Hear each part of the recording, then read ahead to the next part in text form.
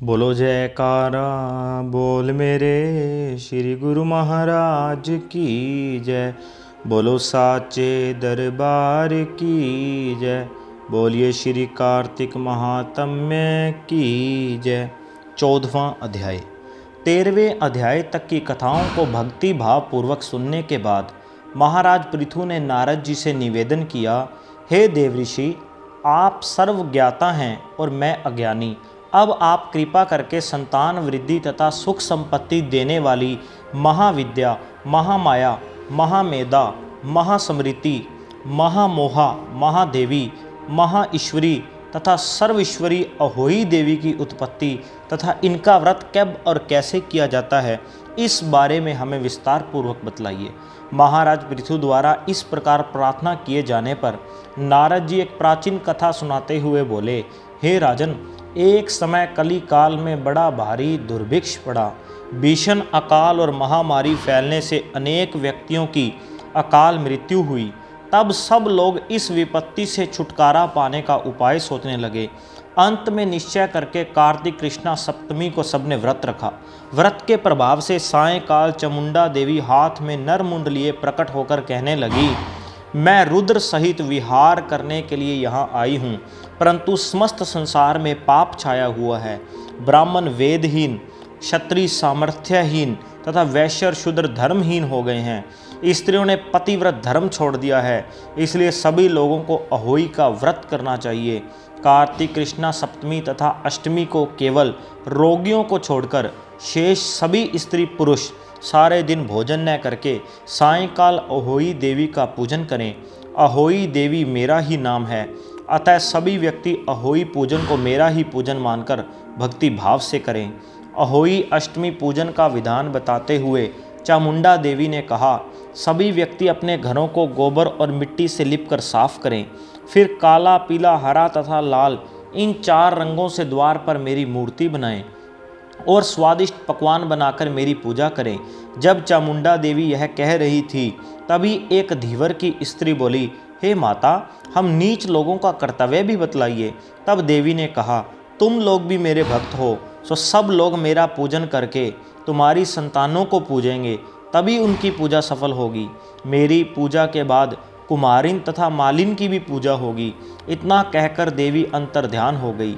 सभी व्यक्तियों ने चामुंडा देवी के कथन अनुसार व्रत और पूजन किया तो सबके संकट दूर हो गए और सारा संसार सुखपूर्वक रहने लगा।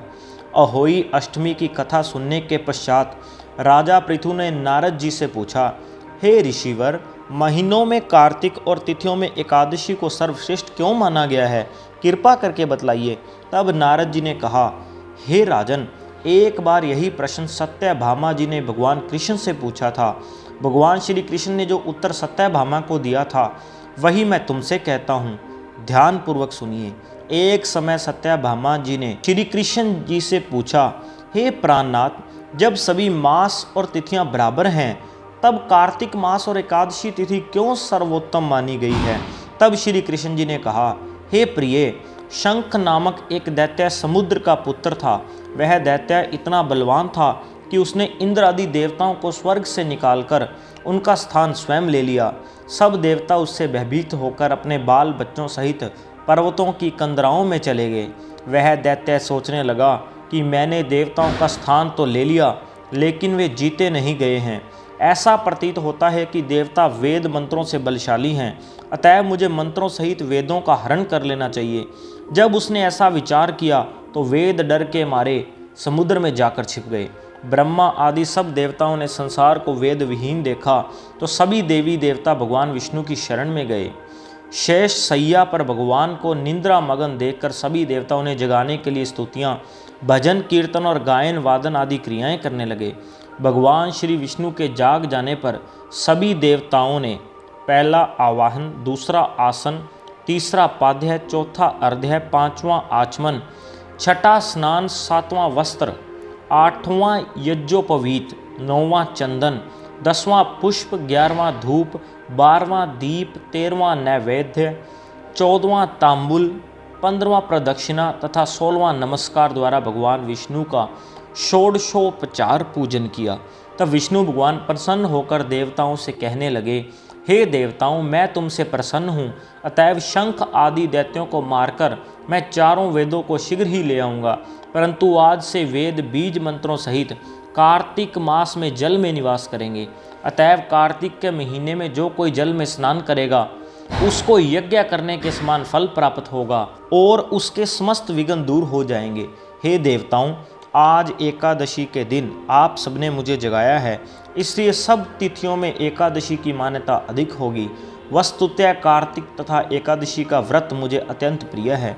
आगे की कथा सुनाते हुए नारद जी ने कहा, हे राजन, इतना कहकर भगवान मच्छ का रूप धारण करके विंध्याचल में निवास कर रहे महर्षि कश्यप जी की अंजलि में आ गए।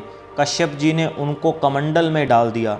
जब कमंडल भर गया तो मत्स्य रूपधारी भगवान कहने लगे कि हमको कोई बड़ा स्थान दो। तब कश्यप जी ने घड़ा दिया, घड़ा भी भर गया। तब उन्होंने कुएं में छोड़ दिया, परंतु भगवान मत्स्य रूप में तेजी से बढ़ते गए, अतः कश्यप जी ने उनको समुद्र में डाल दिया। भगवान ने एक अत्यंत विशाल मछली का रूप धारण करके दैत्यराज शंखासुर को मार दिया। शंखासुर को मारने के पश्चात भगवान मत्स्य रूप त्याग कर विश्राम हेतु बद्री नारायण चले गए। बद्री नारायण में भगवान ने देवताओं से कहा, हमने शंखासुर को मार दिया है, अतः ऋषि और मुनि जाकर समुद्र के अंदर से वेदों को ढूंढ लाएं, तब तक देवताओं सहित प्रयाग में मेरा निवास रहेगा। तब ऋषियों ने अपने तपोबल द्वारा समुद्र में से वेदों के 6 अंगों, पहला छंद, दूसरा व्याकरण, तीसरा कोश, चौथा वैदक्य, पांचवां ज्योतिष तथा छठा स्मृति को ढूंढ निकाला। जिस वेद का जो भाग जिस ऋषि को मिला, तब से वह भाग उसी ऋषि का माना जाता है। इसके बाद समस्त ऋषि ब्रह्मा आदि देवताओं सहित प्रयाग आए और उन्होंने वहां पर अश्वमेध यज्ञ किया। इसलिए प्रयाग को तीर्थों का राजा कहा जाता है। प्रयागराज में स्नान, दान तथा यज्ञ आदि करने वालों के जन्म जन्मांतर के पाप समूल नष्ट हो जाते हैं और वे मोक्ष के अधिकारी बन जाते हैं, इसमें संदेह नहीं। इति 14वां अध्याय समाप्तम। बोलो जयकारा बोल मेरे श्री गुरु महाराज की जय। बोलो साचे दरबार की जय। बोलिए श्री कार्तिक महात्म्य की जय।